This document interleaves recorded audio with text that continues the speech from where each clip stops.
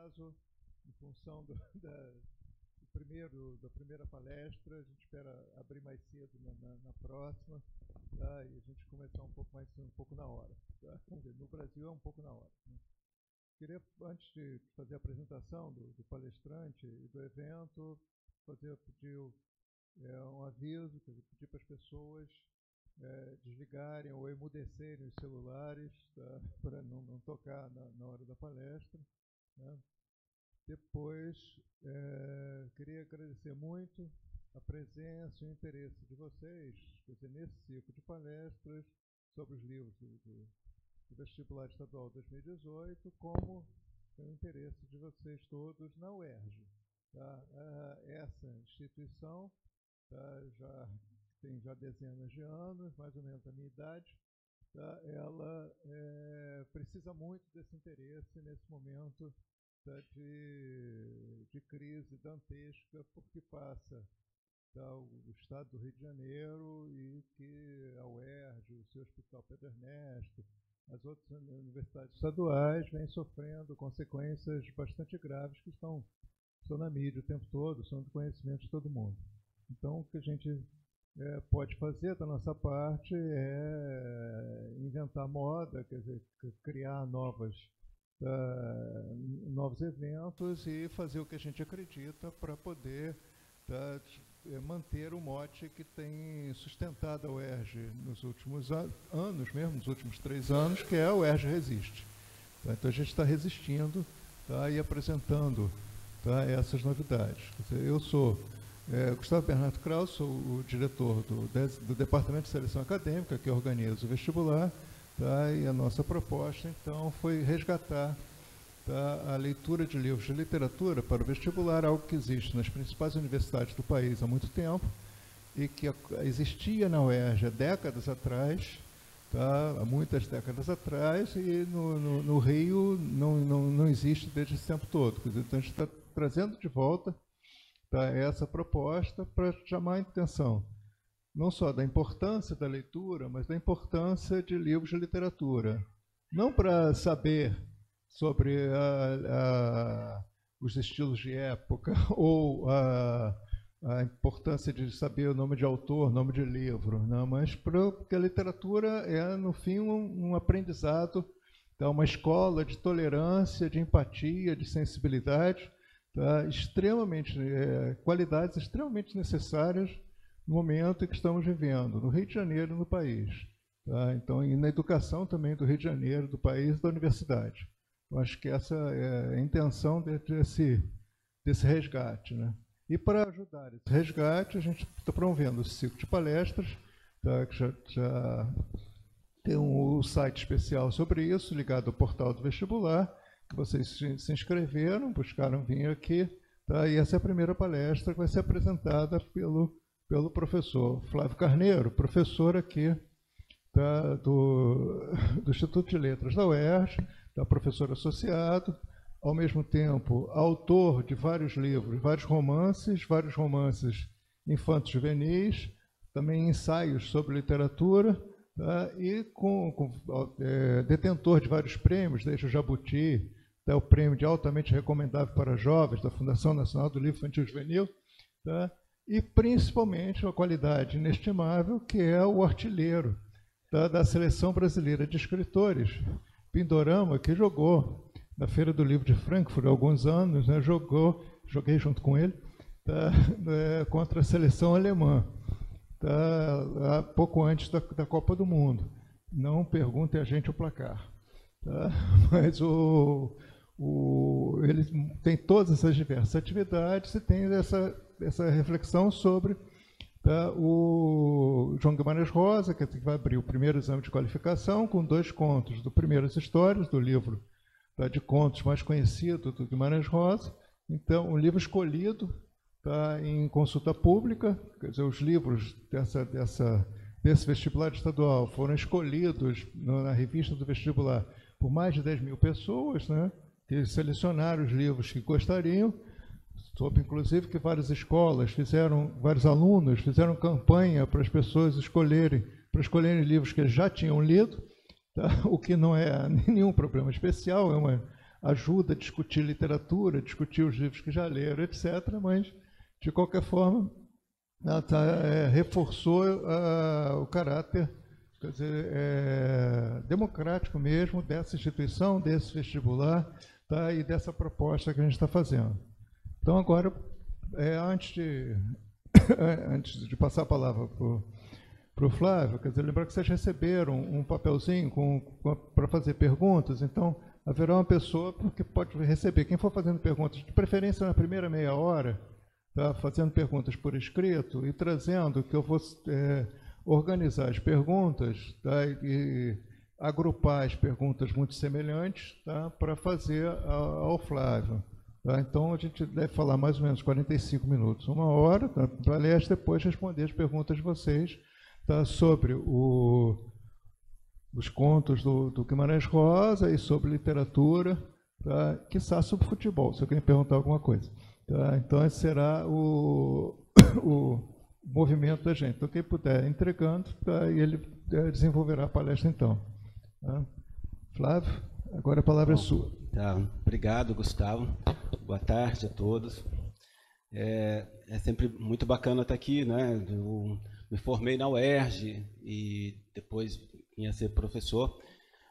Vou pular essa parte que o Gustavo falou do jogo, porque aí é uma palestra só para isso, né? Para a gente contar essa trágica história em Frankfurt. Mas agradeço a apresentação. E quando ele me convidou para fazer essa conversa aqui sobre o Primeiras Histórias, falou, olha, para você falar do conto O Espelho e A Terceira Margem do Rio. E eu vou falar disso. Ele falou assim, olha, você avisa logo no início que você vai falar disso, senão eles podem achar que você não foi avisado, né? Não esqueceu, porque eu não vou começar falando deles.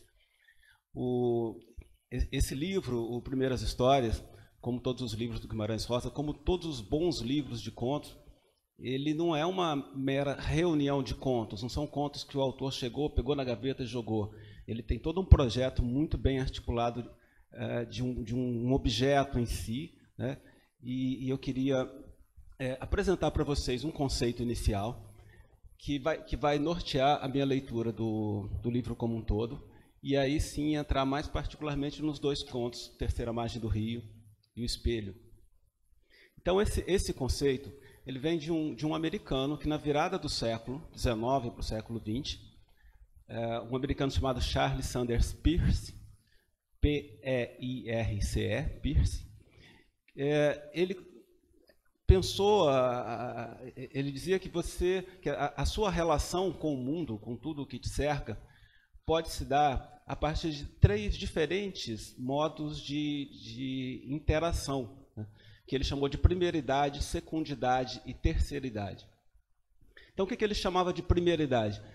É aquela relação que você tem com determinada coisa que passa pela pura sensação. É alguma coisa que você vivencia pela primeira vez e sobre a qual você não tem tempo de pensar. Se você pensa, já deixou de ser. Ela é a coisa em si. Ela é o momento que pode ser de medo, é sempre de espanto, mas pode ser de medo, pode ser alguma coisa que te comove, né? Mas é sempre alguma coisa muito rápida, aconteceu e já passou. Você não tem consciência, você não pensa sobre essa coisa, né? Então, no Guimarães Rosa você tem alguns conceitos, até alguns exemplos disso. Você tem uma história do menino que vê pela primeira vez um vagalume. Então, imagina que vocês nunca tivessem visto um vagalume na vida, né? Você está num lugar completamente escuro, numa fazenda, e vê aquela luzinha brilhando, e o impacto daquilo em você é uma primeira idade. Quando você começa a pensar, será que é um bicho? Será que é um ET? Será que é o quê? Um reflexo de uma luz? Você já está num outro momento. Então, o momento da primeira idade ele é único, ele é absoluto, né? Quando você começa a pensar na coisa, quando você começa a tentar se confrontar com a coisa, você passa a um segundo estágio, que seria um estágio de secundidade, que implica 2, quer dizer, é você e o fenômeno, é uma tentativa de você entender aquilo. Então, no campo da secundidade, você tem a memória, você tem a fala, o discurso sobre a coisa, né? O momento da fecundidade é sempre um momento de muita tensão, é quase sempre um conflito, é você com o outro tentando, de certa maneira, dominar pelo sentido o outro. É um momento de consciência, portanto. E haveria um terceiro momento, de terceira idade, que é o momento propriamente o momento do signo, é o momento da representação. Quando você ou lê a palavra vagalume, ou vê um desenho de vagalume. Então, entre você e o fenômeno, e o vagalume, existe uma terceira coisa, que é o signo. Então, agora já é uma relação triádica, é uma relação de três.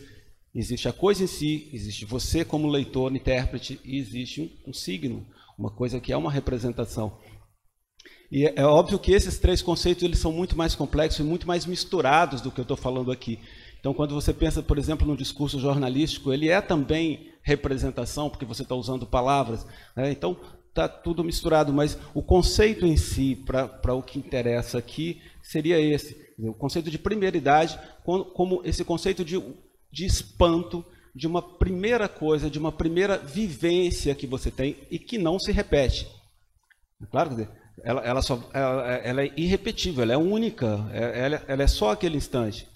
Tem um conto do Guimarães Rosa especial que define isso, né? Parece que se você recortar daquilo e colocar numa aula, essa disciplina que o Peirce vai criar, esses conceitos que ele cria, são a base de uma disciplina chamada semiótica, que é uma disciplina fascinante e que algum dia talvez a gente possa conversar sobre ela aqui e que vai gerar, por exemplo, um romance do Humberto Eco, um grande nome, Humberto Eco, vocês devem conhecer, da semiótica, ele escreve O Nome da Rosa. O romance policial é sempre um jogo semiótico, né? Um jogo de signos, de representações, e vez ou outra, talvez, de alguma primeira idade, de alguma grande surpresa imediata, absoluta. Mas então o Guimarães Rosa tem um conto chamado Pirlim Psiquice, né, que é um conto que eu gosto muito. As crianças estão representando na escola, os adolescentes estão representando na escola uma peça de teatro. Essa peça é toda organizadinha, eles têm que decorar, cada um tem seu papel, mas no dia da peça as coisas dão todas erradas e eles inventam uma história que eles já vinham conversando entre eles, uma segunda história absolutamente fora daquilo. E aquilo é um caos, né, total para eles, para quem está assistindo, e a plateia adora aquilo. E o conto todo é em cima dessa magia do pirlim-pim-pim, do pó de pirlim-pim-pim. E aí, em um determinado momento, o narrador diz que aquilo era um drama do agora, desconhecido, de todos o mais bonito, que nunca houve, ninguém escreveu, não se podendo representar outra vez e nunca mais. Exatamente isso o que é primeira idade, o que é esse impacto que você tem com uma primeira coisa, né? Ou o impacto que você tem com um fenômeno pela primeira vez. E a minha ideia, então, se tivesse um título nessa palestra aqui, seria O Livro das Primeiras Idades. Então, Primeiras Histórias é o livro das primeiras idades. É disso que eu quero falar. A começar pelo próprio título. Por que Primeiras Histórias? Se não era o primeiro livro do Guimarães Rosa, se não me engano é o quarto livro, ele já tinha publicado Sagarana, já tinha publicado Campo Geral, Grande Sertão Veredas. Então não são as suas primeiras histórias, né?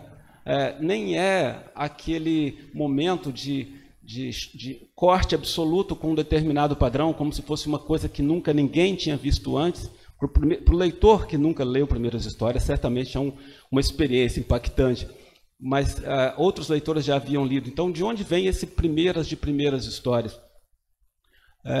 Vem, em parte, disso que ele não chamava de primeira idade, mas que eu estou dizendo, que é essa primeira experimentação de alguma coisa que te deixa imóvel, ou que deixa a sua razão imóvel, que deixa a sua consciência imóvel.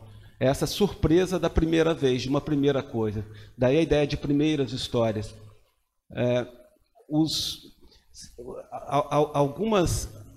Algumas pessoas são mais propensas à primeira idade, vamos dizer assim, né?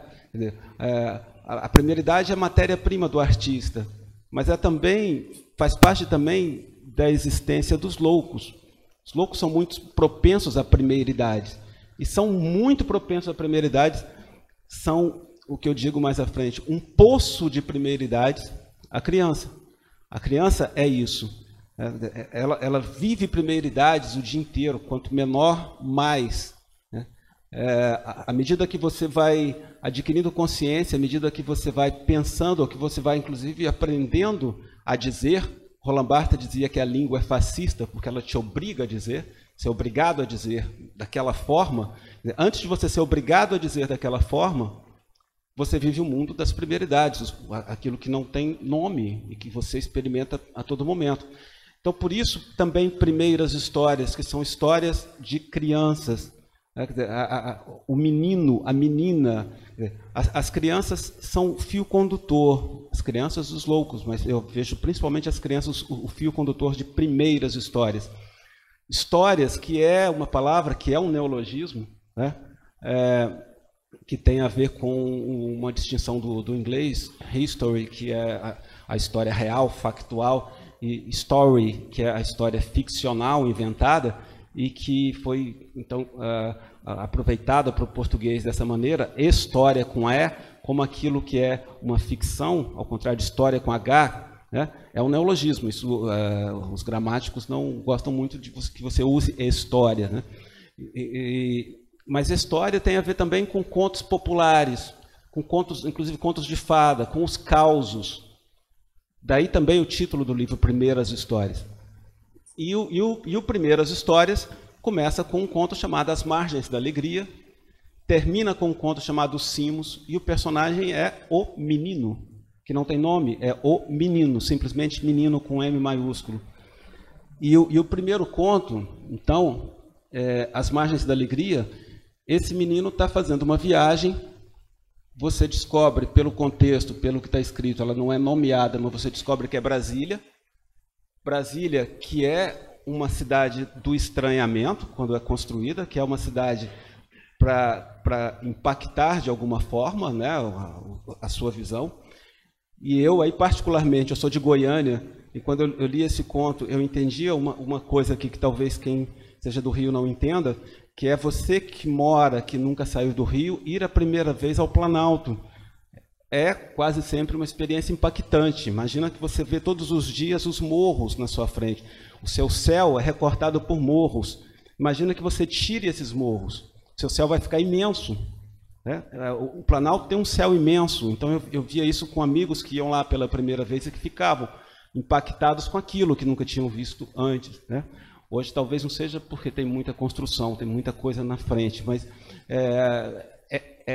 esse menino está indo para uma cidade que aparece pela primeira vez. É a cidade da novidade, da surpresa. Ele nunca viajou de avião. O tempo inteiro, esse primeiro conto é essa viagem por primeiridades. E ele chega, então, ele vai para uma área mais rural, a cidade está em construção, e ele vê pela primeira vez no quintal um peru que ele nunca tinha visto. E ele olha para aquilo e fala, caramba, o que é isso? Né? Ele não fala, ele não sabe, ele não verbaliza. Ele só se espanta com aquela figura e se espanta no dia seguinte quando a figura não está lá, porque foi comida na noite anterior. Então, a ideia da falta, né, do vazio que aquela figura tinha deixado também é um momento de surpresa. E aí, esse conto, que é o conto então que abre o livro, né, que é As Margens da Alegria, tem uma série de frases que recortadas te dão essa ideia do que eu estou chamando de primeiridade. Por exemplo, a vida podia às vezes raiar numa verdade extraordinária. É um pouco isso, essa ideia de primeiridade. É o de raiar. Tudo para o seu tempo ser dadamente descoberto, fizera-se primeiro estranho e desconhecido, é uma frase do menino. Então esse menino ele está o tempo inteiro vivendo isso, né? Vivendo essas experiências. E tem uma frase que o narrador diz o seguinte, ele tem uma cena em que ele vê uma árvore diferente que ele nunca tinha visto, ele tinha visto poucas árvores, né, na vida dele, e aquela árvore é cortada de repente, ele ouve um barulho e a árvore some, né? Some de repente, e ele fica espantado diante daquilo, e a única coisa que o narrador pode dizer, a árvore que morrera tanto. Ótima essa frase. A árvore que morrera tanto. E acabou. A linguagem do Guimarães Rosa é essa linguagem que espelha de alguma forma a primeira idade. É uma linguagem de elipses, de lugares que não estão, para te causar o espanto. Então, a árvore que morrera tanto. E aí o narrador diz que o menino, depois que a árvore morreu, não quer mais voltar para aquele quintal, para aquele terreiro, porque ele não sabia dizer ainda por quê. Ele sentia uma dor, uma angústia naquilo, mas ele não sabia dizer ainda por quê. O narrador diz sobre o menino: seu pensamentozinho estava ainda na fase hieroglífica. Ótima também essa frase. Tem muitas frases. Eu ficaria aqui o dia inteiro falando dessas frases do Guimarães Rosa. Seu pensamentozinho estava ainda na era hieroglífica, o que quer dizer que ele tinha todas as portas abertas para as primeiridades. Quando ele for saindo da era, o seu pensamentozinho for saindo da era hieroglífica, ele vai começar a perder ou tentar transformar de alguma forma o que ele tem em outras maneiras de primeiridade, mas a princípio vai perder muito. E ele, então, esse momento em que o silêncio saía de seus guardados, toda essa vivência do menino pela primeira vez num lugar. E o conto, e aí tem o vagalume, ele vê o vagalume. Voava, porém, a luzinha verde, vindo mesmo da mata, o primeiro vagalume. A palavra primeiro é importante, né? O primeiro vagalume. Sim, o vagalume, sim, era lindo, tão pequenino no ar, um instante só, alto, distante, indo-se. Era, outra vez em quando, a alegria. E termino. Então, essas são as margens da alegria. É o primeiro conto, é o que abre o livro. E depois ele retorna a Brasília, aí já ainda menino, né? Mas agora num outro momento, porque aqui ele não se repete mais. Ele volta de novo a Brasília, numa nova viagem. Agora a mãe está doente e ele começa a experimentar outras primeiridades. Uma delas, a sensação, sempre inominável, de que ele, estando longe, está muito perto da mãe. Ele não sabe explicar isso. E a única forma que aparece no conto para explicar isso é um inverso afastamento. Que é exatamente isso, um inverso afastamento. Afastamento está na expressão, mas ele é um inverso afastamento. Então, ele sente que ele está muito próximo da mãe. A mãe está muito doente, pode morrer. Ele tem a sensação da perda, não mais daquele desconhecido, o peru que ele tinha visto, mas agora da mãe. E vai viver, então, outras primeiridades. Agora ele está nos cimos, o livro está se encerrando e se abrindo para um novo momento agora na leitura que vai se fazer dele, né? Mas o menino, ele continua propenso à primeiridade. E aí ele vê um tucano, imagina. Um tucano é uma ave muito estranha, né? Muito bela, eu acho, muito estranha, mas ela é só bico, praticamente, e é linda, né? E está lá o tucano, e ele vê o tucano toda vez de manhã, quando ele acorda, no raiar do dia, ele vê aquele tucano. E aí ele vê e o tucano não está mais, porque ele é muito rápido. Naquela árvore o tucano está ali e some. E os empregados, vendo que ele gosta, percebendo que ele gosta muito do tucano, resolvem prender o tucano numa gaiola para ele, né? E aí é que ele vai dizer... Eu perdi aqui.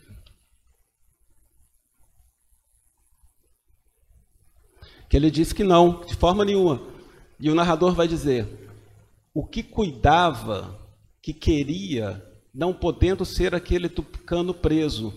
O que ele queria? Ele queria a fina primeira luz da manhã, com dentro dela o voo exato. Não precisa dizer mais nada, né? Só vou repetir, eu tenho que repetir. O que cuidava, que queria, não podendo ser aquele tucano preso, mas a fina primeira luz da manhã, com dentro dela o voo exato. Então, são essas primeiridades que abrem e fecham o livro. Quer dizer, o livro ele tem essas margens que se abrem. A gente vai falar das margens, né? Agora, mas ele é um pouco isso, essas margens que se abrem. E aí diz, né, depois, no final, essa frase que é também uma frase que eu quero levar nessa história toda, nessa conversa toda, que é o menino, na volta para casa, ele formula alguma coisa, ele diz: a vida mesmo nunca parava. Isso é ótimo para você terminar um livro, né? A vida mesmo nunca parava. Então, a primeira viagem se transforma depois numa segunda viagem, e ambas são de primeira idade. E é disso que eu estou falando, né? Dessa vida que nunca parava. Bom,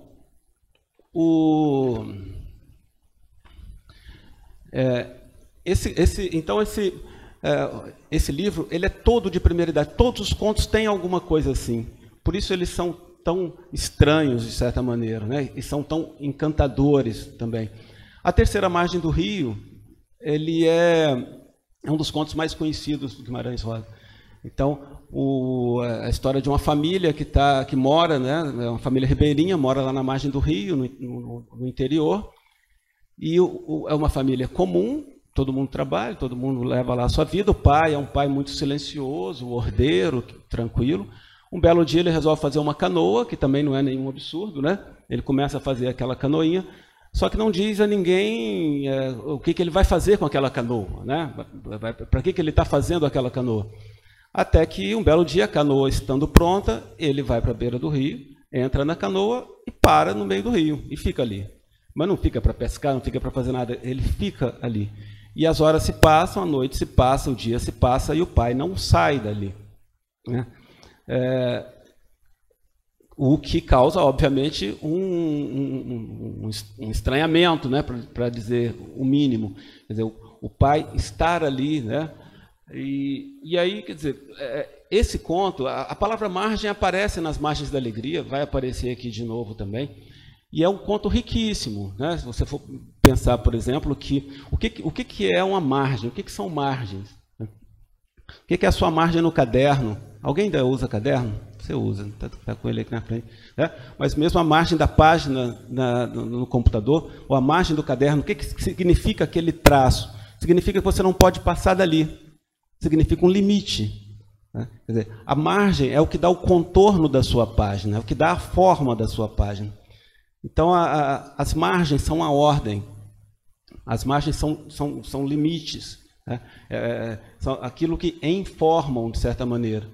Então, você tem o sujeito que o que é um sujeito marginal? É um sujeito que não segue a lei. Quer dizer, a margem é a lei. Aquilo que está à margem é aquilo que está fora da lei. Né? O rio, eu acho, a gente está falando de semiótica, né, que seria uma ciência dos signos. O rio, ele é um signo interessantíssimo, porque ele é uma tensão constante, porque as margens são aquilo que prendem a água corrente. Quer dizer, o que é a água corrente? A água é eros, né? Você tem na literatura desde sempre, desde os romances de cavalaria, essa ideia da água corrente como ideia de vida, de movimento. É eros. Não por acaso as cenas eróticas se passam no rio, nos romances de cavalaria, as mulheres se lavam e soltam seus cabelos nos rios. É o rio que está ali. Heráclito dizia que você nunca entra no rio uma segunda vez, no mesmo rio, né, 2 vezes, porque você entrou, aquela água é o rio. E quando você entra de novo, a água não é a mesma, porque ela já passou, então aquele rio não é o mesmo. Quer dizer, o rio é água corrente, mas o rio também é margem. Também é thanatos, também é aquilo que mata, é aquilo que sufoca qualquer possibilidade de desenvolvimento, né?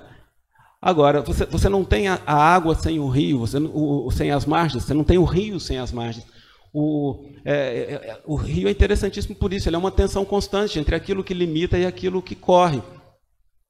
E é diferente de você ter um lago, sei lá o que, um lago é diferente, a água está parada. Né? Eu acho que o lago é um grande exemplo de thanatos, a não ser que haja alguma coisa por baixo da água, alguma corrente, né?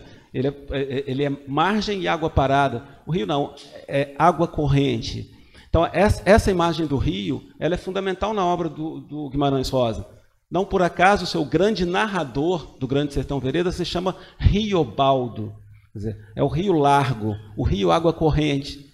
A memória de Riobaldo é água corrente. Ela não está nunca sob controle, a de ninguém está, mas a dele eu acho que mais descontrolada ainda. Né? É puro fluxo. E a sua fala, o seu discurso também. O romance é isso, o Grande Sertão Veredas, né? Essa fala, essa água corrente. Então você tem você tem um rio, né? Que está ali com as suas margens, com as suas limitações e água corrente. E o que causa a primeira grande estranheza, né, que estaria no campo, quase talvez, dependendo dos personagens da primeira idade, que na atitude do pai, é fazer do espaço da água o lugar fixo. Isso é uma terceira margem, por isso se chama terceira margem, não tem quarta, é uma terceira. É uma margem no meio. Isso é um absurdo completo, né? Quer dizer, as margens do rio devem ter pensado assim, cara, que maluquice, uma margem aqui no meio, né? Não pode, não cabe, porque a margem é a ordem. Você tem um lado e o outro. Você não pode ter uma margem no meio. Como é que você vai morar num lugar que não é fixo? Como é que você vai colocar a sua base, o seu solo, a sua casa numa água, né? Então, a estranheza não é tanto a do pai sair de casa, né? A estranheza é do pai ir e não ir, é de ele ficar no meio. Ele não vai nem volta. A mãe diz,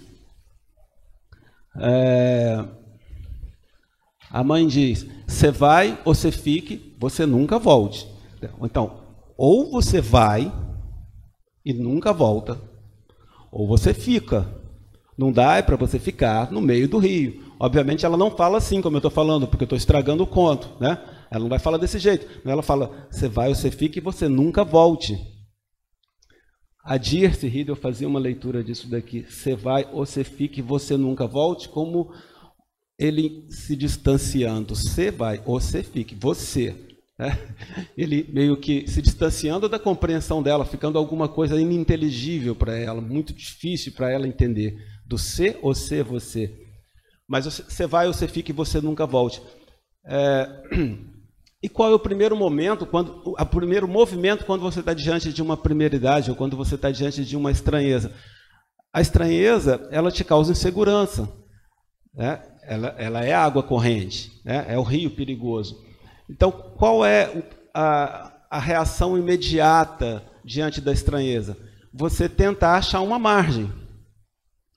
O que a família faz, então, nesse momento? Ela tenta trazer o pai para a margem. E como seria isso? Eles tentam achar uma causa racional. Eu vou esperar um pouquinho o pessoal entrar. Não, porque se desconcentra eu também. Eu fico vendo todo mundo. Só esperar o pessoal chegar.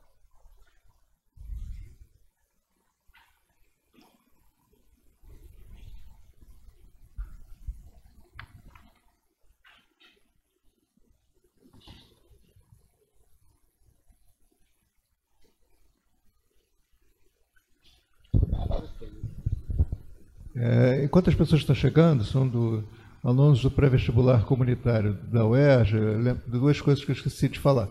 Quer dizer, uma é que a gente vai, no final da palestra, da resposta às perguntas, do evento, a gente vai sortear 4 livros, primeiras histórias, entre as pessoas inscritas, que estão com a sua inscrição. Então, a gente vai fazer o sorteio desses 4 livros, das pessoas que se inscreveram pelo site, né? E a outra é lembrar que o Flávio Carneiro, que vem falando aqui, lançou recentemente um romance chamado exatamente Um Romance Perigoso.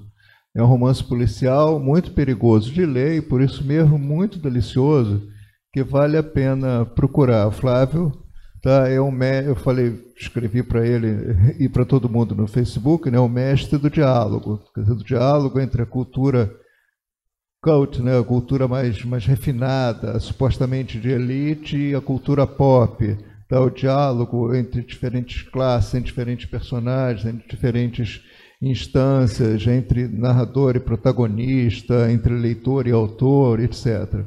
Tá? Então, já deu para todo mundo sentar, continua. Tudo bem.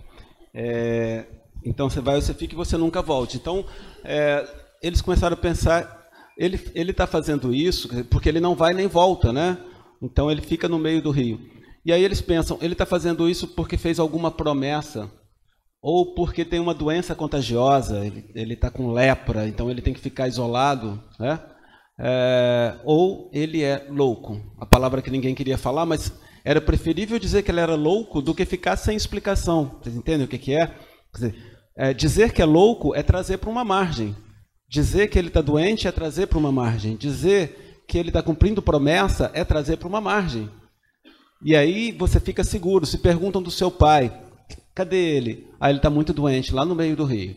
Né? Ou é meio estranho, mas ele está muito doente. Ele foi para lá porque ele não quer ficar aqui. Ou ele está louco, né? Ou ele fez uma promessa. Agora, cadê seu pai? Está lá no meio do rio. Por quê? Não sei. Essa estranheza é impossível de se admitir. Então, o gesto do pai é um gesto transgressor, extremamente transgressor. E transgressor dentro da simplicidade, como a própria linguagem do Guimarães Rosa. Ela é transgressora dentro da linguagem comum. O neologismo é a parte menor do estranhamento que ele produz. Então, essa família não consegue lidar com essa estranheza. Né? Não consegue lidar com a estranheza. O único que consegue, que fica e vai ficar até o final, é o filho. Então, o filho, ele é aquele que guarda o pai. Guarda não como alguém que vigia, mas guarda como no poema, que talvez vocês conheçam, do Antônio Cícero, que eu trouxe aqui, porque eu acho que tem muito a ver com isso. Há um poema do poeta Antônio Cícero, que foi escritor visitante aqui na UERJ durante um tempo, que se chama Guardar, e que diz o seguinte: guardar uma coisa não é escondê-la ou trancá-la. Em cofre não se guarda coisa nenhuma. Em cofre perde-se a coisa de vista. Guardar uma coisa é olhá-la, fitá-la, mirá-la por admirá-la, isto é, iluminá-la ou ser por ela iluminado. Guardar uma coisa é vigiá-la, isto é, fazer vigília por ela, isto é, velar por ela, isto é, estar acordado por ela, isto é, estar por ela ou ser por ela. Por isso, melhor se guarda o voo de um pássaro do que um pássaro sem voos. E continua o poema, mas esse pedaço que me interessa. Por isso se guarda o voo de um pássaro do que um pássaro sem voos. Quer dizer, é isso que o menino guarda do tucano, o voo de um pássaro, não um pássaro sem voos. E é isso que o menino que vai crescendo à beira do rio guarda do pai. Ele guarda a imagem do pai e ele guarda o pai, né? Nesse sentido de guardar no coração, de ter o pai. Esse pai, que, como eu disse, é um transgressor, e ele é transgressor porque ele não opta entre ser ou não ser, na visão do Hamlet, né, o drama, ser ou não ser. Não é isso. Ele é e não é. E aí que a coisa complica. Como é que você pode ser não sendo? Como é que você pode ser e não ser? E aí, então, o conto vai transcorrendo por aí. É um conto de silêncios. Você não tem muita ação, não acontece quase nada. Você tem o silêncio do pai, que não fala. Você tem o silêncio do filho, que fica sozinho à beira do rio. Você tem o silêncio do rio. É uma história de silêncios. E essa história vai transcorrendo até que o filho vai envelhecendo e, no final, ele toma uma decisão. Ele chega na beira do rio e fala: pai, vem para cá. Né? Vem para cá que eu quero ficar no seu lugar. Antes disso, ele tinha falado, ainda com relação a isso do estranhamento, nosso pai não voltou, ele não tinha ido a nenhuma parte. E mais adiante, aquilo que não havia, acontecia. Essa é a definição de primeira idade. Aquilo que não havia, acontecia. E não tem mais, não explica mais. O que não havia, acontecia e acabou. Né? Então ele chama o pai e o pai aceita. Né? O pai vai até ele.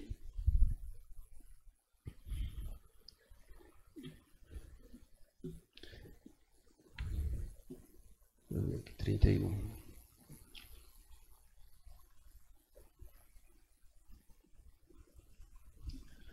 E ele pede, então, para trocar de lugar com o pai.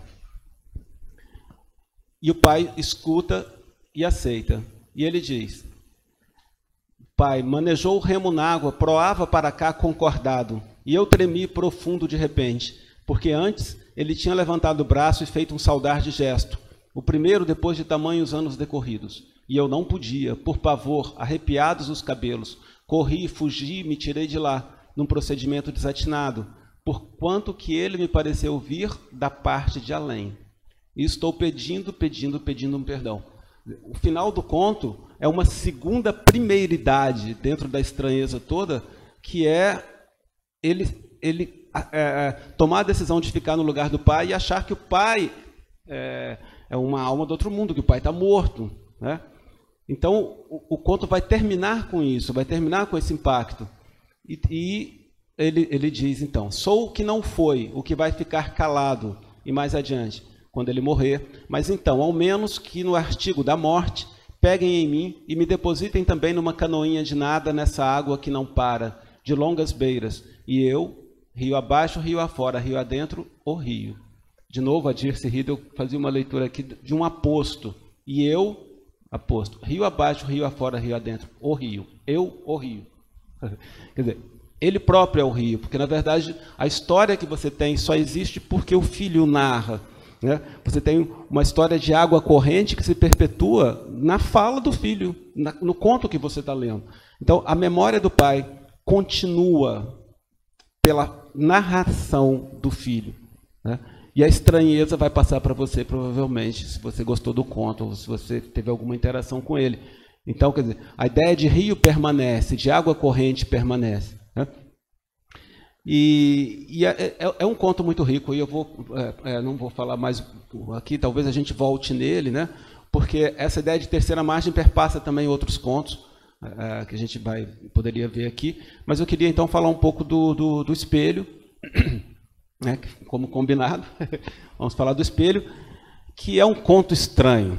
Esse é um conto estranho. Na verdade, nenhuma é para mim o conto mais estranho desse livro. Eu gosto de todos, eu já aviso logo, mas nenhuma eu acho mais estranho. Mas o espelho é estranho. Ele é estranho, porque ele não combina com os outros. E você vai entender mais ou menos por que ele não combina, a começar pelo lugar onde ele está. O lugar onde ele está no livro é fundamental para você entender por que ele não combina. Você tem um livro de 21 contos, o espelho está no meio, exatamente no meio. Ele é o 11º conto de um livro de 21. Então você tem 10 antes, você tem 10 depois.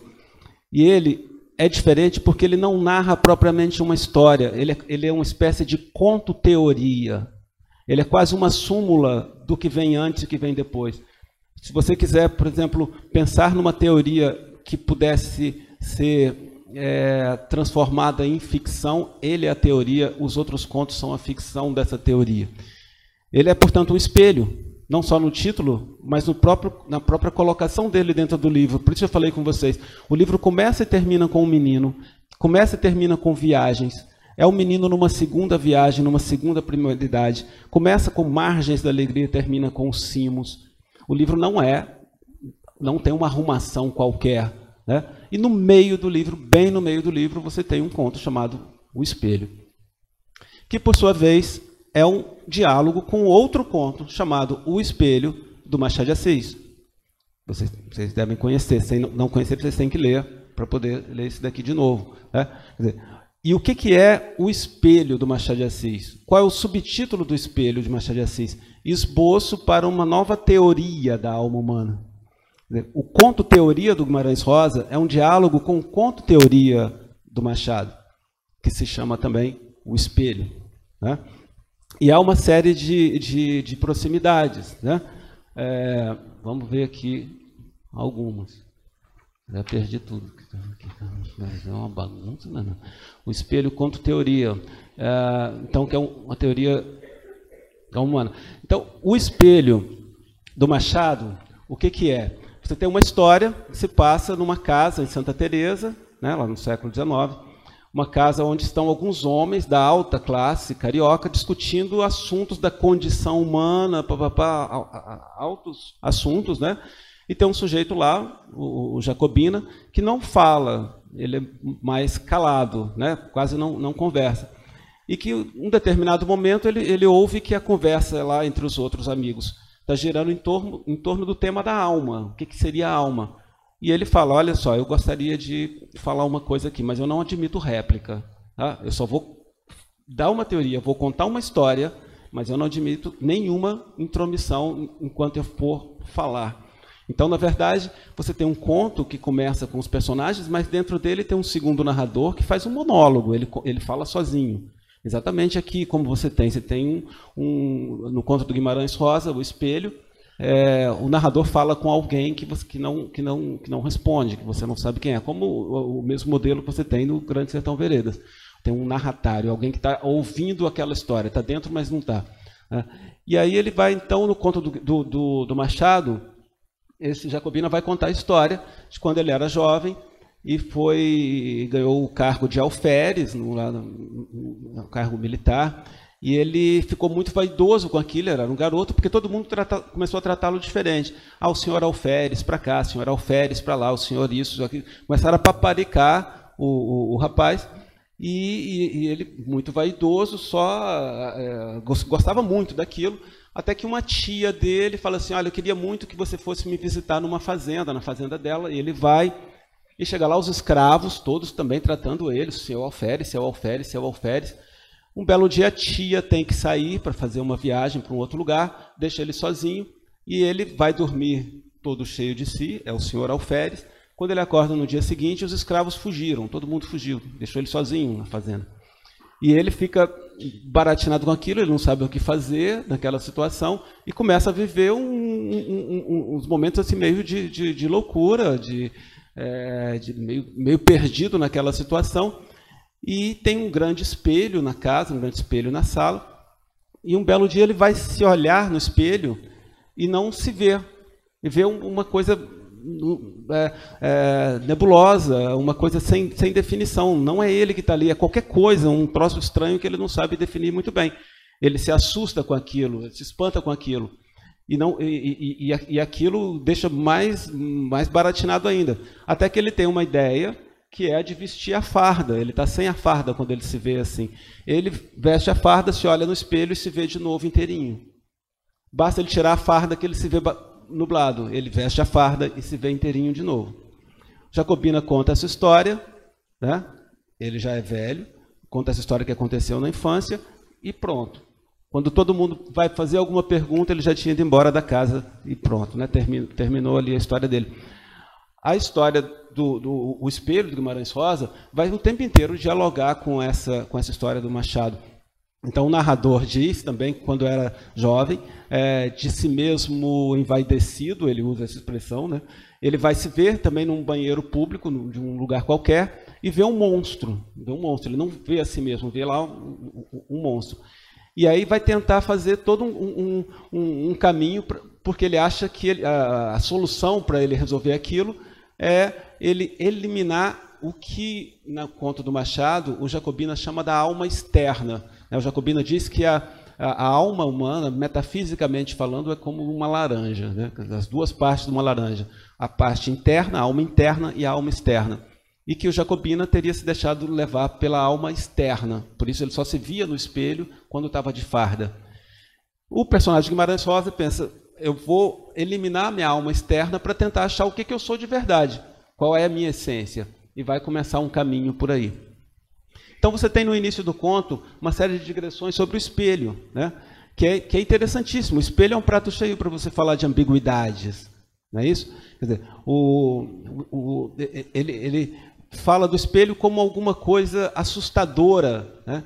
E se você pensar bem, o que você vê no espelho nunca é você, né? Você nunca vê você no espelho, você vê a sua imagem invertida. Então, o que você vê no espelho é, em certo sentido, um signo de você. Isso é assustador, se você pensar que você nunca vai se ver, entendeu? Você nunca se viu, nem nunca vai se ver, a não ser que você fosse um outro com o seu olho olhando para você mesmo. Mas aí já não era o seu olho, porque você estava no outro, né? Então, você no espelho nunca vai se ver, você se vê invertido, você não é daquele jeito, né? E você não tem o volume, você não tem você ali, né? Então, o espelho ele é um signo muito usado nas histórias de mistério, nas histórias policiais, um signo muito usado pelo Borges, Jorge Luiz Borges, que adorava espelhos, não é por acaso, né? Porque o espelho é sempre essa sugestão de infinito. Tem um conto do Borges chamado Biblioteca de Babel, que ele fala que no início da biblioteca tinha um espelho, né? Esse espelho não representava o infinito, mas prometia o infinito, que era o suficiente, né? Então, o espelho, ele é esse signo, né? Que aparece muito aí, que é um signo importante na obra do Guimarães Rosa também. E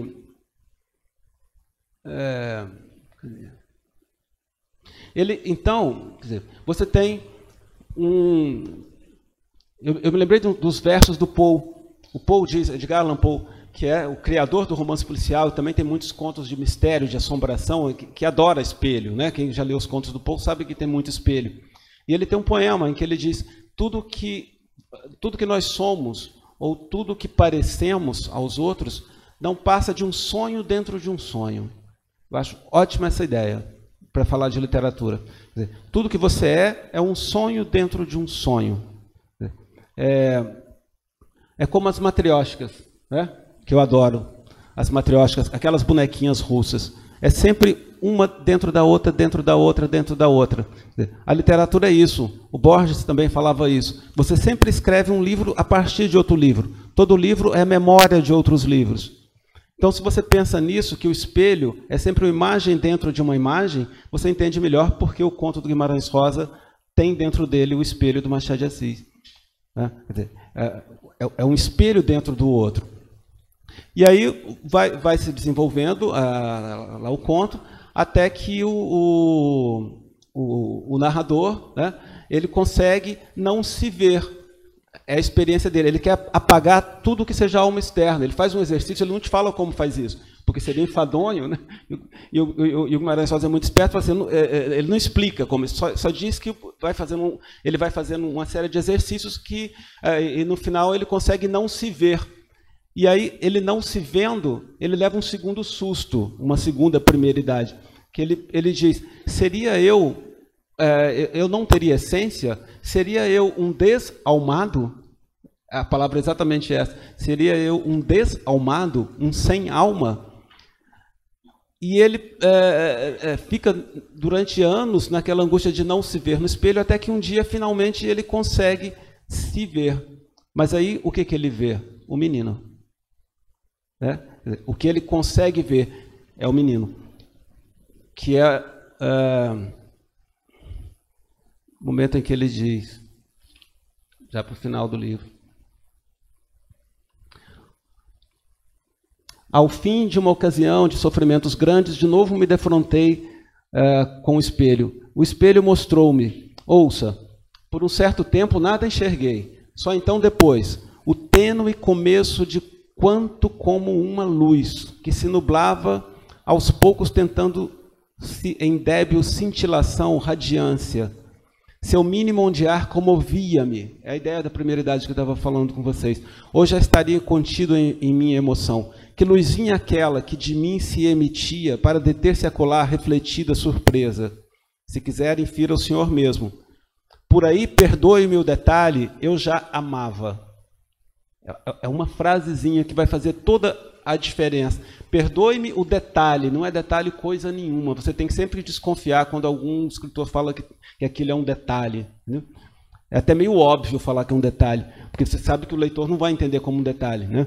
Mas ele, perdoe-me o detalhe, eu já amava, já aprendendo isto seja a conformidade e a alegria. Então, é nesse segundo momento, quando ele já amava, aprendendo a conformidade e a alegria, que viu ele, sim, vi a mim mesmo de novo, o meu rosto, um rosto, não este que o Senhor razoavelmente me atribui, mas o ainda nem rosto, quase delineado, apenas mal emergindo qual uma flor pelágica de nascimento abissal, e não era mais que rostinho de menino, de menos que menino, só. Será que o Senhor nunca compreenderá? Então, isso é o que ele vê. E termina assim: mas então se me permite, espero agora a sua opinião mesma do Senhor sobre tanto assunto. Solicito os reparos que se digne dar-me, a mim, servo do Senhor, recente amigo, mas companheiro no amor da ciência, de seus transviados acertos e de seus esbarros titubeados. Sim, Ele termina com essa pergunta para o leitor, né? Ele não conclui nada, é como Jacobina do conto do Machado. Ele termina e deixa para você essa imagem. Mas você vê de novo a ideia do menino, de novo a história da primeira idade, do espanto, né? E da absoluta incapacidade de você explicar, de você definir o que era aquilo. Bom, então, tem uma outra parte que eu vou deixar talvez para as perguntas, que a gente fala um pouco da linguagem, né? Como que a própria linguagem do Guimarães Rosa é esse rio corrente, é essa ideia de primeira idade, de alguma coisa que nasce do próprio cotidiano ou da linguagem mais simples. Mas eu queria terminar com uma coisa que é a seguinte, que é só para a gente poder começar a conversar, trocar uma ideia. Que nenhum livro, nenhum bom livro manda mensagens, né? Isso de mensagem você sabe que não existe. Mensagem não existe em literatura, né? Mas você pode pensar em recados. Talvez isso, não por acaso, o Guimarães Rosa tem o recado do morro, né? Quer dizer, você tem recados, a literatura te manda recados que você pode ou não entender, ou que você pode ou não até às vezes criar a revelia do próprio autor. Mas um dos recados que está naquela frase que eu falei para vocês, né, da vida sempre continua, um dos recados das primeiras histórias é essa ideia de infinito. Essa ideia de infinito. Quer dizer, o que faz com que o rio seja corrente, com que a literatura seja rio corrente, e que essa linguagem seja rio corrente, é que ela tem esses vazios que você tem que preencher, ou que ela te apresenta em determinadas circunstâncias essas primeiridades. Porque, como diz o menino, a vida mesmo não para nunca. E se você quiser, de fato, eu acho que é esse o jogo que o Guimarães Rosa propõe, se você quiser, de fato, dialogar com esse livro, você vai ter que fazer como o narrador do primeiro conto, o menino do primeiro conto. Vai ter que apanhar com o olhar cada sílaba do horizonte. E é isso que eu queria terminar. Obrigado. Então a gente vai para...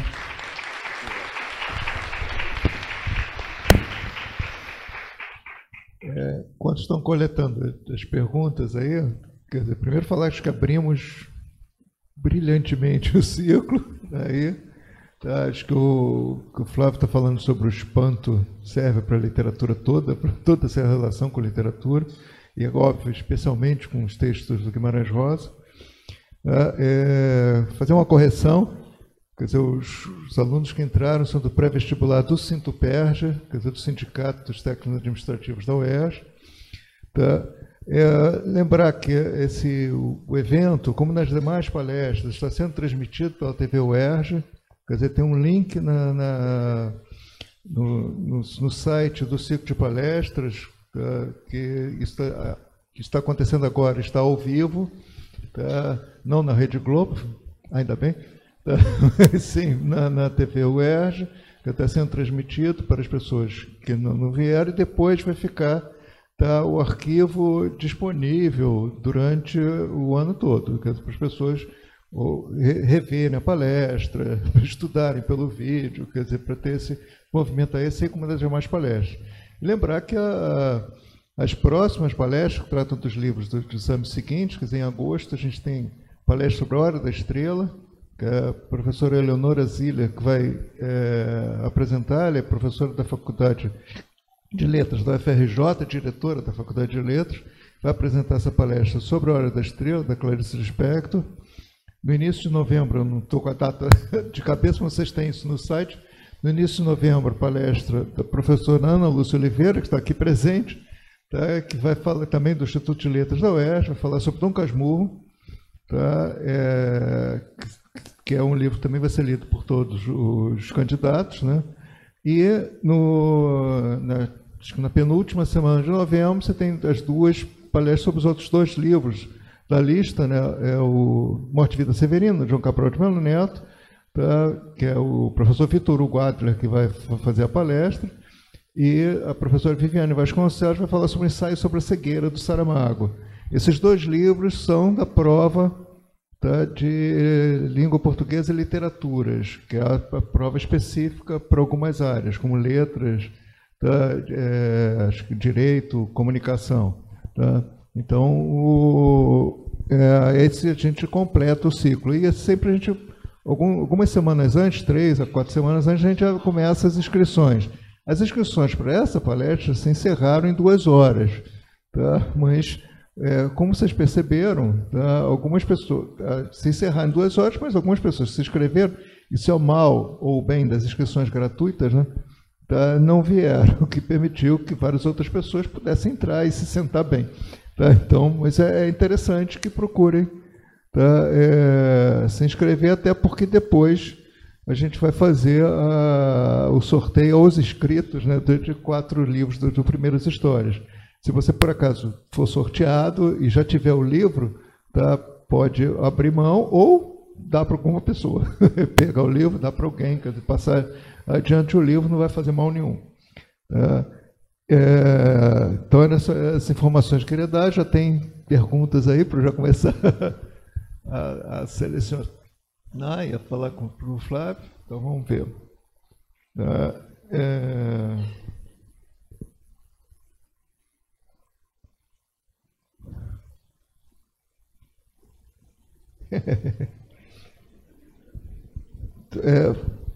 Quando tiver o nome, né, eu vou falar o nome da pessoa que perguntou. Tá? Então, Eduarda Ferreira Jorge pergunta, tá, para o Flávio: na sua explicação sobre a teoria de Peirce, você disse que na segundidade o ser possa tentar entender o fenômeno.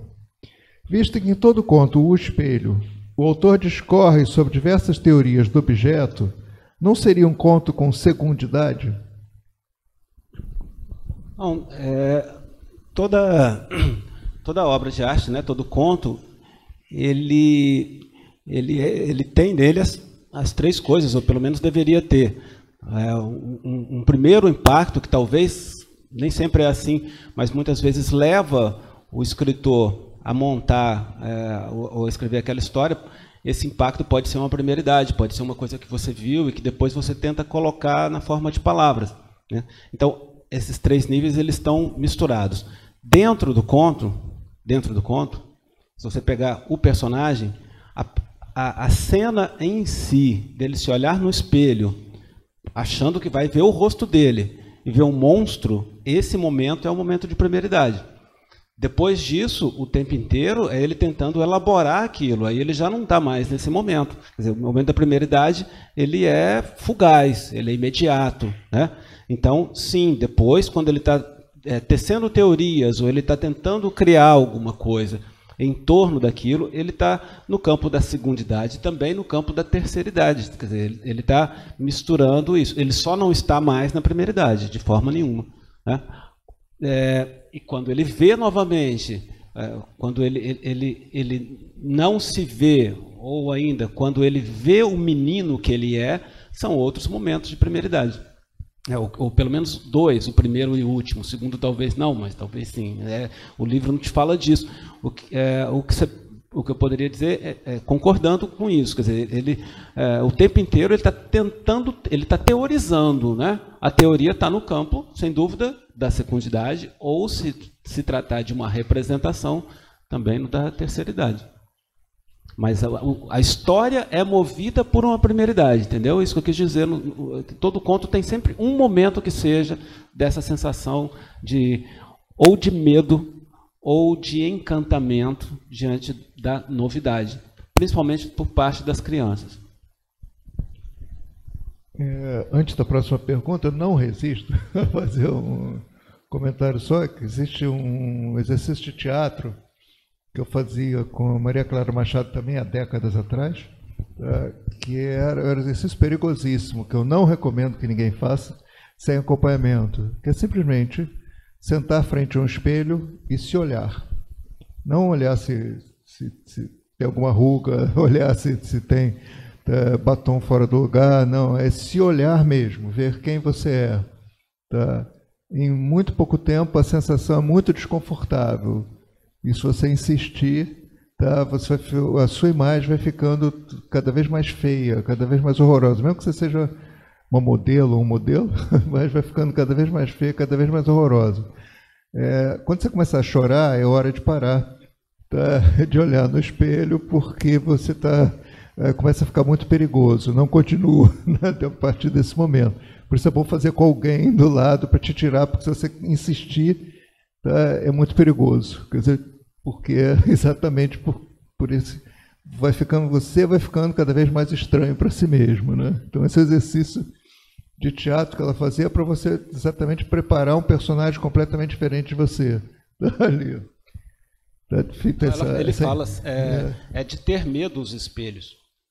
O personagem fala, você tem que temer os espelhos.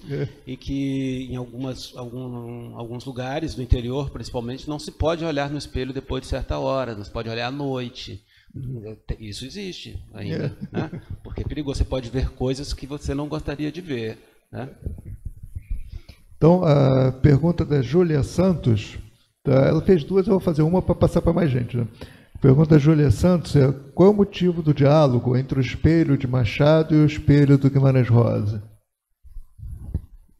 Olha, essa pergunta, ela é complicada para quem lida com literatura. O motivo, se você for pensar no que o Guimarães Rosa pensou, é impossível. Não tenho a mínima ideia. Não sei por que ele quis fazer isso. O que você pode dizer é como interpretar isso, como ler isso nessas circunstâncias que a gente está aqui. E aí o que eu vejo é isso que eu falei aqui esse tempo todo. Quer dizer, a obra do Guimarães Rosa, ela de alguma maneira, ela vai espelhando essa ideia do rio corrente. E uma dessas formas de espelhamento do rio corrente é você fazer referência a outros livros, a você inserir não só... tem uma frase do Rebaldo que diz assim, passei a beber em todas as fontes. É isso que ele fala? Deixa eu ver, isso eu tinha... Beba... Não, é muito melhor do que eu falei, lógico. Bebo agora de todo o rio. O Rebaldo diz, bebo agora de todo o rio.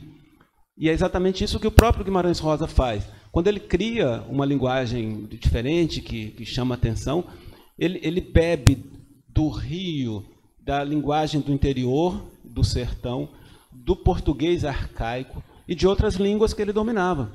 O Paulo Ronan, que foi um crítico, né, que falava do húngaro, né? Uhum. O Chico Buarque dizia que o húngaro era a língua do diabo, né? Porque ele tem essa expressão, quer dizer, e é uma língua difícil, mas ele, então, quer dizer, essa ideia do espelho combina muito com a obra do Guimarães Rosa. Você não só fazer um conto chamado O Espelho, em que se fala do espelho, que é, como a gente viu aqui, uma figura emblemática da cultura do interior, né, principalmente, não só do interior, mas é muito comum no interior do Brasil, esse medo do espelho. Então, ele não foge da sua área, digamos assim, né, do que ele está querendo falar. Ao mesmo tempo, ele homenageia um autor de que ele gostava, que você vê nas cartas, ele lia o Machado, né?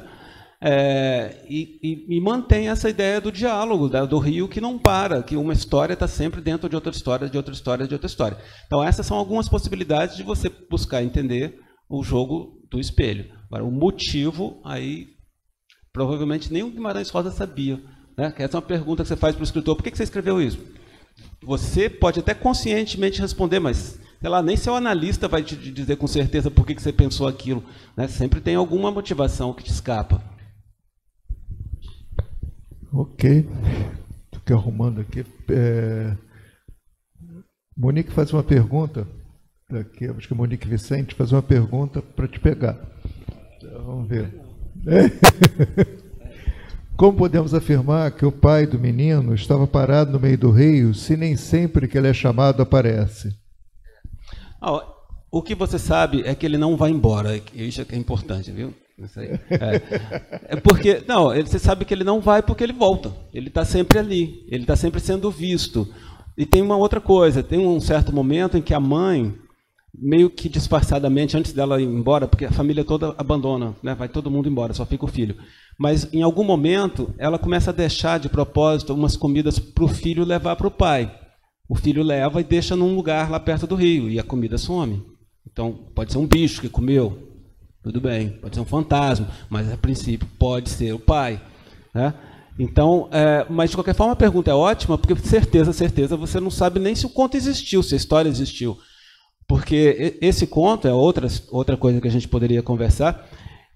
Eu gosto muito de trabalhar esse conto na linha do fantástico de um autor chamado Todorov, um teórico, que ele dizia que o fantástico clássico, né, é sempre aquele em que você não pode afirmar com certeza se o fato sobrenatural aconteceu ou não.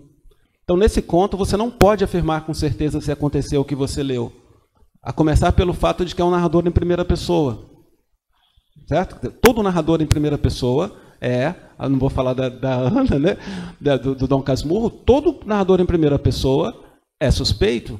Então, você vai dizer, aconteceu ou não aconteceu? Como? Se você só tem a voz dele. Então, você só tem a voz dele. É uma voz suspeita por ser em primeira pessoa, também por ser memória, que é sempre uma edição, e por girar em torno de um evento de primeira idade, um evento impactante, né, da relação com o pai, pelo fato de ser uma história contada depois de um longo período de solidão. Então, você tem 500 elementos que podem te levar a dizer, não aconteceu. Claro? Pode não ter acontecido. Então, pode ser que o pai tenha fugido, não tenha pai nenhum lá, isso existe. Agora, você tem indicações, se você for acreditar na fala do narrador, para poder montar a sua interpretação, você vai acreditar que o pai estava lá indo e voltando pelo rio, ia para um outro lugar, sumia de vista, mas voltava, ele não saiu do rio, né? E o importante é isso na interpretação, que ele fique na água. Ok. Matheus Oliveira te dá boa tarde, e pergunta se a influência da religião do autor, que segundo Matheus é o espiritismo, nos contos presentes no livro. Pode ser, eu acho que deve ter, sei lá, não sei. Não é uma questão que me interessa muito, eu te confesso. Eu acho que a vida do autor, ela interfere diretamente naquilo que ele escreve. A questão é saber como. Eu não sei. Então, quando me pergunta, você escreveu isso por causa daquilo? Não sei, pode ser, eu acho que sim.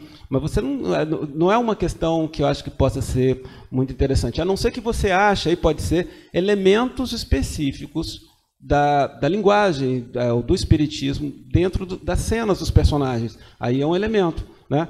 Você foi lá e viu que aquele negócio... Aí é interessante. Mas o fato... Eu nem sabia que ele era espírita. Não é, não. Não era? Então pronto, estou respondendo... Então a pergunta está errada. Então. Não, mas serve para a gente conversar. Que eu acho que é um caminho perigoso. Né? É um caminho perigoso você ir pela biografia do autor. Você pode correr sérios riscos. Você faz... por exemplo, a leitura do Machado mesmo, né? Uma leitura em grande parte equivocada, do final do século XIX, por alguns críticos de base naturalista, né? De fato ele ser epilético, de ser mulato. Aí você começa a fazer a interpretação pela vida do Lima Barreto, ele era louco, ou ele era alcoólatra. Aí você começa a entrar Você tem dois grandes problemas nesse tipo de leitura. Um que você... vai de alguma forma ser muito xereta, vai ficar mexendo na vida do autor, que ele não tem nada a ver com você, a vida dele não te interessa, você tem que se interessar pelo texto dele. O outro é que você abre mão da coisa mais rica que você pode ter na literatura, que é interpretar. Porque se você começa a interpretar pela vida do autor, o que você está fazendo ali? Basta você pegar a biografia dele e fazer um joguinho de ficar juntando. Quer dizer, o espaço do leitor é o espaço da criação, é o espaço da invenção, é o espaço em que ele pode jogar no campo literário, simbolicamente ou escrevendo sobre, com elementos da criatividade, da imaginação, da invenção. Né? Então, esse tipo de leitura, eu acho que ele te priva de uma coisa que é sua. Você está de mãos beijadas dando para alguém aquilo que é seu, né? O que não devia. Só para explicar a minha reação, quer dizer, esse é o meu campo de pesquisa, né? A relação entre religião e literatura. Né? Então, o Guimarães Rosa era católico, gnóstico, quer dizer, uma heresia antiga, tá, que estabelece que, primeiro, um desconhecimento de algumas de Cúmula de Verdades, e que haveria dois deuses, um que criou e outro que comanda o mundo. Ele tem muito esse espelhamento, né, duplo de Deus em vários seus contos, nas suas histórias. O conto Terceira Margem, né, pela própria presença da terceira margem, de várias frases em três, né? São três irmãos, várias vezes faz sequências trinárias, e começando Nosso Pai, que é a inversão óbvia de Pai Nosso, né, permite uma interpretação religiosa, mas ela é complexa, ela é bem complicada, até para desenvolver numa palestra, né? Então é um caminho que não é assim explícito no próprio conto, né? Isso do 3 também é interessante, né? Da terceira margem, do 3, que aparece em várias coisas. É interessante porque vocês têm primeiras histórias e têm terceiras histórias, mas não tem segundas. Sabiam disso? Depois que ele morre, sai um livro chamado Tutameia. Tutameia tem um subtítulo Terceiras Histórias, mas ele não escreveu as segundas. Um bom tema para se perguntar por que o 1 e o 3 e não o 2. Vamos ver. Isso eu já falei disso daqui, mas é porque desenvolve uma outra questão, né? A Milene Ribeiro entra nesse assunto perguntando: no conto Terceira Margem do Rio existe a expressão Nosso Pai, que podemos inverter para Pai Nosso. Tendo em vista esse Pai tão ausente, tão presente, pode-se ler como uma culpa de quem? O rio lavando o quê?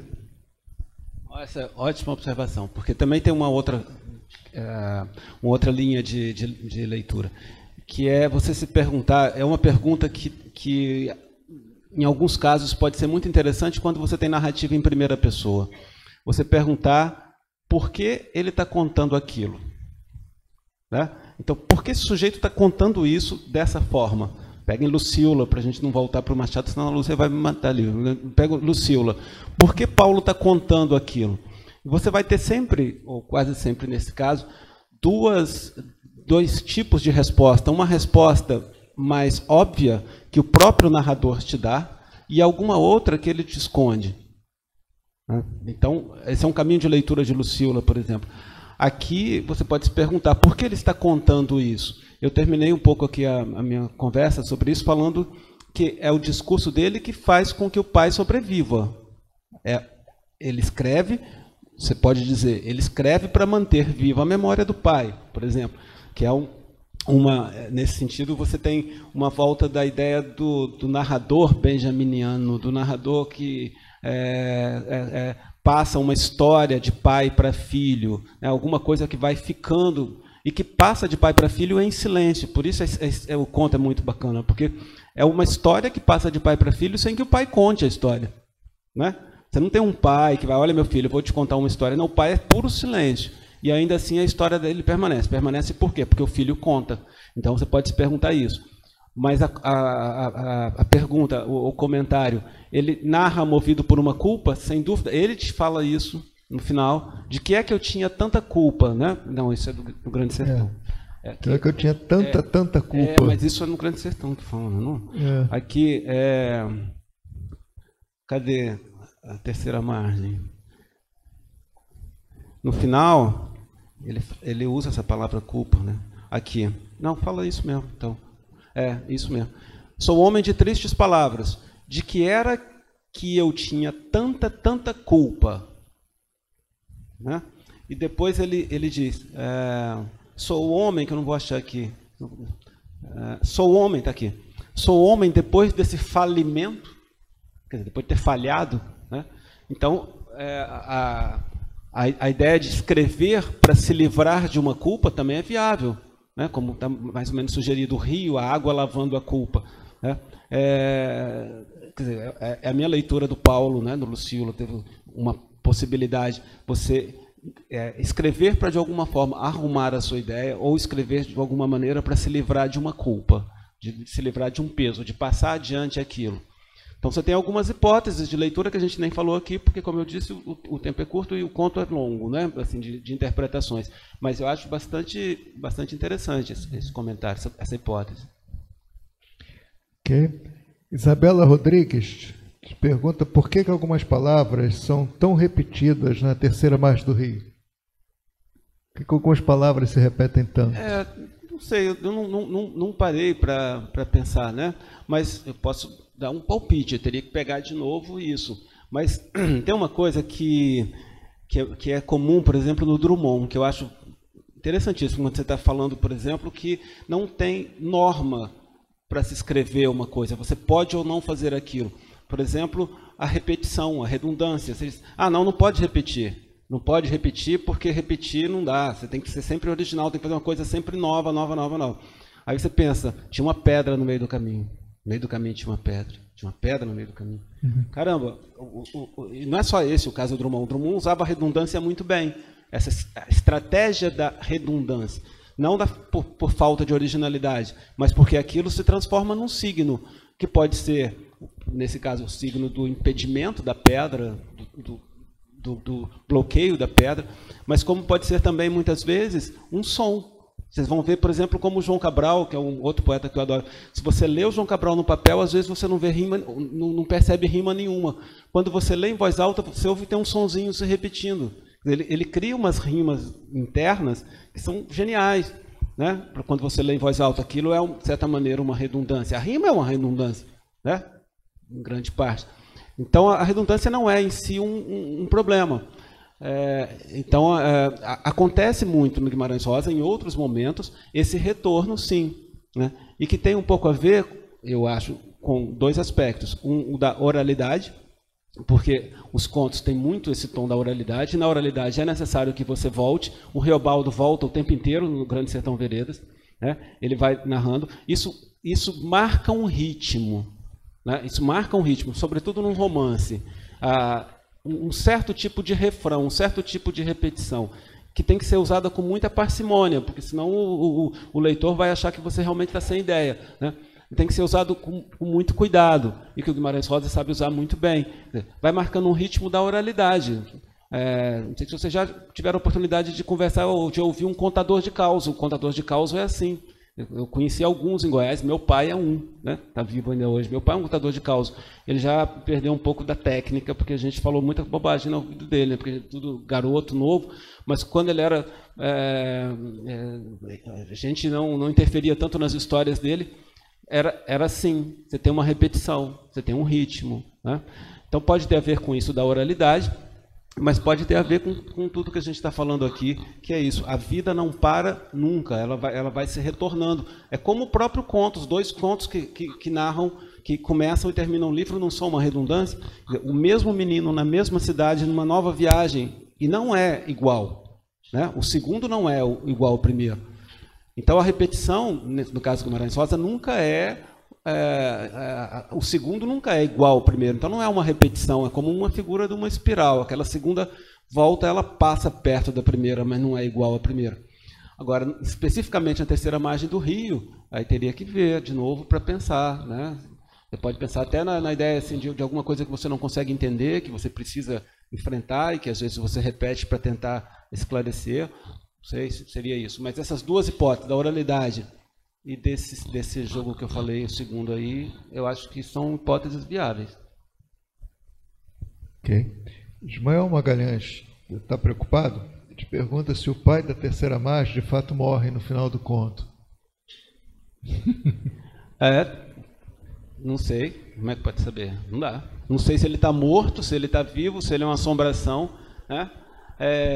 E se a gente tivesse certeza, não seria um bom conto, eu acho. Ele teria que criar uma nova saída, né? Poderia ser um bom conto se ele fechasse essa porta, mas criasse uma outra.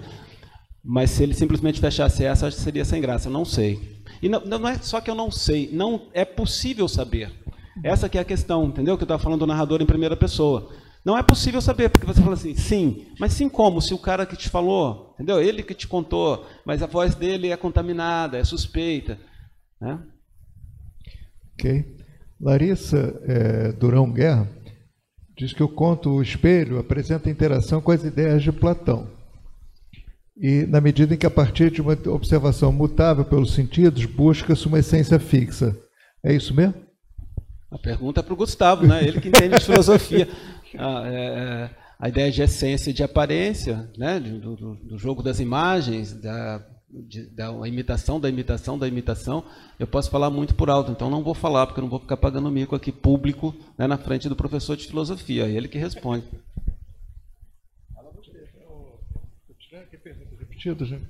Então vai responder isso? Eu não. Não, acho que ele não vai responder, imagina eu. Não, eu acho ele estuda filosofia, ele dá aula. Ele já que essa pergunta é essa, quer dizer, o importante é menos na interpretação de literatura. O Flávio falou disso. Ele é e não é. Né? Terceira margem é e não é. Então, é certo e errado. Quer dizer, então, a busca da resposta certa não é o caminho para ler um texto de literatura. Quais são as dúvidas que o texto provoca, qual é a reflexão que ele provoca. Tá? Então, como a gente pode trabalhar essa reflexão? Óbvio que isso é um problema para os professores e também para os leitores, mas isso é um problema insuperável, por um lado, e por outro é uma benesse, porque a gente pode guardar as nossas incertezas, quer dizer, e conviver com elas, porque, na verdade, é a dúvida que faz pensar. Se você parou de duvidar, parou de pensar. E por isso a literatura também é um estímulo frequente para a dúvida. Eu acho que várias coisas, várias interpretações. Ele morreu, ele está morto o tempo todo. São possíveis, mas são compossíveis com outras, né? Como você falou. Então, com outras interpretações. Não tem assim, qual a interpretação certa desse conto? Não tem. E se tem, o conto é muito ruim. O que não é o caso do Guimarães Rosa, né? Em nenhum dos contos dele. Deixa eu ver.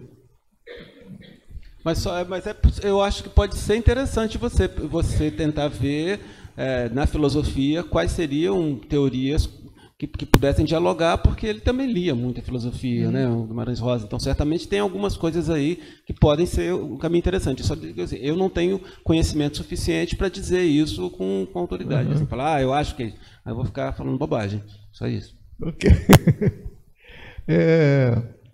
Acho... Eu não consigo... A pergunta está clara, o nome da pessoa não está, mas é Menezes. Por que Guimarães Rosa usa muito neologismo? Tem alguma forma de diferenciá-los dos regionalismos e algumas palavras fora de uso? Você ia falar disso, então? Não, porque é o seguinte, alguns são neologismos, outros são palavras que não são usadas há muito tempo e que ele vai resgatando da oralidade, ou que vai resgatando do português arcaico, né? O neologismo ele tem que ser usado com muita parcimônia. Era uma das estratégias da linguagem do Guimarães Rosa, mas não era a única. E o neologismo, ele de alguma maneira pede um leitor participativo, né? Quer dizer, para você entender o neologismo, você tem que agir. Você tem que começar a juntar uma palavra com a outra para ver qual o sentido. Eu tinha anotado algumas, mas eu deixei em outra folha. Então, não vai estar aqui. Perlimpsiquice é um neologismo. Agora, como você vai entender? Você vai ter que pensar perlimpimpim, né? E psique, e esse C no final, quer dizer, a coisa em si, uma perlimpsiquice, eu não vou explicar, porque perde toda a graça, como eu estou falando. Mas o neologismo, ele é uma criação interessante, porque ele pede que você crie o sentido possível para aquilo, né? Mas não é a única estratégia. Então, tem umas outras frases. Um neologismo, por exemplo, que aí ele é a onomatopeia, né? Que ele usa muito, que às vezes você tem que ler em voz alta para entender, mas tem uma hora que tem os foguetes lá no meio da roça, da fazenda, e ele fala o atim-pum-pum dos foguetes. O atim-pum-pum. Você fala assim, atim-pum-pum, parece que o cara está espirrando, né? Atim-pum-pum, é o atim-pum, entendeu? É aquele negócio dos foguetes. Então, o neologismo ele depende muito também de quem está lendo, se ele entende um pouco daquele contexto, né? Mas é uma das formas. Tem algumas frases que eu coloquei aqui, que eu acho, mas elas ficaram no outro. Uma que ainda está aqui. Aquilo na noite do nosso teatrinho foi de O-H. né? Então, a do Perlimpsiquice. Acontece uma coisa lá e a frase começa assim, o conto. Aquilo na noite do nosso teatrinho foi de ó.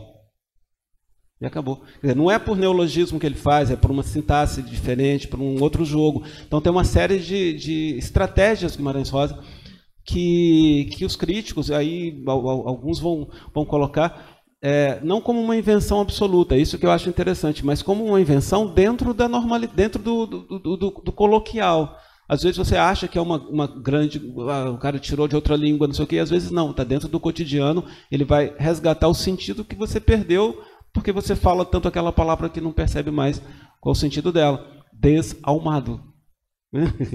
O sem alma, o desalmado. Né? Então, mas eu acho que é isso. Eu diria que ele usa o neologismo porque é um autor preocupado com a intervenção do leitor, que é um autor preocupado em escarafunchar a língua, né? A língua portuguesa. O título Grande Sertão Veredas eu acho ótimo, já 500 pessoas já falaram sobre isso. Mas, o espaço é do Grande Sertão, mas é também das veredas, inclusive das veredas da língua, daqueles pedacinhos, daqueles becos, daquelas vielazinhas que você pode transitar e criar alguma coisa nova. Eu vou fazer uma última pergunta antes de a gente passar para sortear os livros, né? Do Gabriel Leão, voltando ao texto do espelho, né? O autor no texto do espelho pergunta para você se ele faz um exercício de autorreflexão, buscando assim sua essência primária. O autor, assim, como autor, não como o Guimarães Rosa, sim, é aquilo que eu falei, o conto, o espelho, ele é uma espécie de uma teoria dos outros contos, os outros contos estão imbricados nele. Então, esse conto é um conto metalinguístico. Todo conto metalinguístico é um espelho, obviamente, é a linguagem falando de si mesmo. Né? Eu gosto muito de outros contos que também tem o jogo da metalinguagem que eu não falei, como, por exemplo, o Partida do Audaz Navegante, que é um dos que eu mais gosto. Desde que eu li a primeira vez, eu fico encantado com esse conto, Partida do Audaz Navegante das crianças, né? Com a brejeirinha. Vocês vão ler esse conto. Ela inventa um monte de coisa, ela cria uma história, a história que ela está contando, que se passa num rio, né? Ela é a história que a personagem menina está contando, é uma história que reflete outras histórias do Guimarães Rosa, que reflete o Grande Sertão, né? Que refletem minúcias do dia a dia desse mundo de encantamento das crianças. É um conto belíssimo. Mas o espelho, sem dúvida, o espelho talvez seja até o mais óbvio em que isso aparece pelo próprio título, ou espelho, né? Metalinguagem como espelho. E como eu falei, ele é no meio, ele é uma teoria, né? Então ele pode ser lido como metalinguagem. Então uma reflexão do autor sobre a própria obra, digamos assim, aí eu concordo, mas não do autor sobre ele mesmo, porque aí realmente não tem como falar. O Guimarães Rosa pensando nele mesmo, certamente pensou, mas aí também não tem alcance para falar disso, porque é a vida dele, já morreu, tá lá. Mesmo que tivesse vivo também não interessava. Né? Mas agora, ele falando da própria obra, sem dúvida. Ok, eu acho que a gente pode encerrar a palestra, depois quem está inscrito, ficar para a gente fazer o sorteio. Tá? Então, daqui dos 4 livros, queria agradecer muito ao Flávio. Eu que agradeço. A presença dele. Tá? Vamos ver. São 4, vamos ver se... Gabriele Raposo. Está aí? Gabriele. Opa.